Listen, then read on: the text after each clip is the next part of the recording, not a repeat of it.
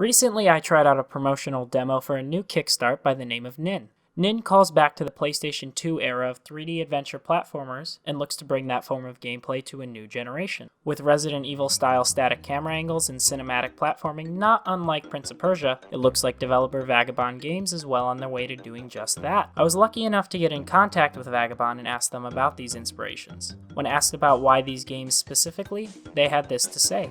We grew up playing Prince of Persia and Resident Evil, both of which cater to a mature audience. They left quite a lasting impression on us because of their difficulty and brutal themes. Now we are trying to recreate those experiences, but in a way where it's more suitable for everyone to play, i.e. not just for a mature audience. As someone who was too young to play those types of games when they released, I find it admirable that Vagabond is trying to bring us that style of gameplay in a family-friendly way. The promotional demo took me around 10 minutes to complete. It is fairly short, as most of the game is still being developed. However, I can safely say that it did its job of making me want more. It starts you off with a very simple objective: get Nin ready for the day. Though this isn't a normal morning routine, Nin is a plush toy. Items that we use in our everyday life are massive to him. He lives in a cardboard box. He uses a cork as a stool, and the pencil he uses to write down his to-do list is twice his size. Also, it's dark in his box, so before I can do anything, I have to turn all the lights on. This simple task is made exciting due to the fact that everything is huge compared to our plush friend. I was forced to reframe how I see the world and think about it from the perspective of someone small. Armed with a jump button and my knowledge of these objects, I slowly but surely found each item required to light up the box. Each light I plugged in added a new sound layer to the catchy backtrack.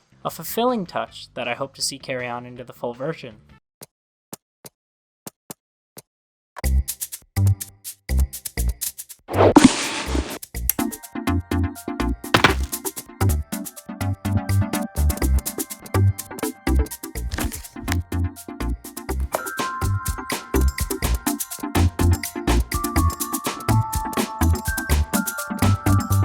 Lighting up the box led to some interesting discoveries about Nin's life, as well as some ideas about future game mechanics. Like real plush dolls, Nin can get damaged and must be stitched up to prevent falling apart. He has a workbench in order to create tools, hinting at some sort of crafting system.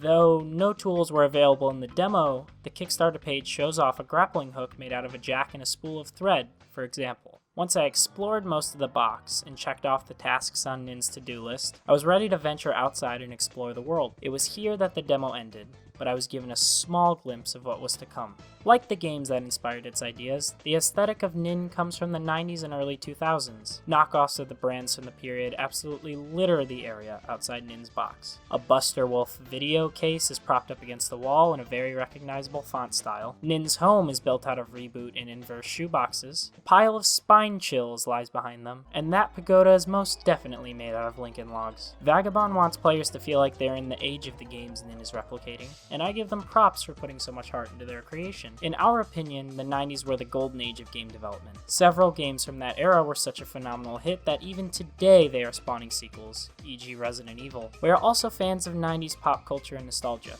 so much that we wanted to create a game that paid homage to that time. The final version is bound to have more of these references, and it seems like trying to find them all will become a game in and of itself. The demo didn't have much to say in regards to story, so naturally I was curious to see if there were plans to implement one. When asked if the game will be story heavy or focus more on the player creating their own experience, Vagabond gave me an answer I was happy to see. The main gameplay is indeed story-driven, but there will be times when players can stop and smell the roses. For example, you might encounter a Walkman during exploration. You can try to get it working so that it plays a 90s tune in the background, or continue the game in silence. I had already experienced a few of these optional moments in the demo.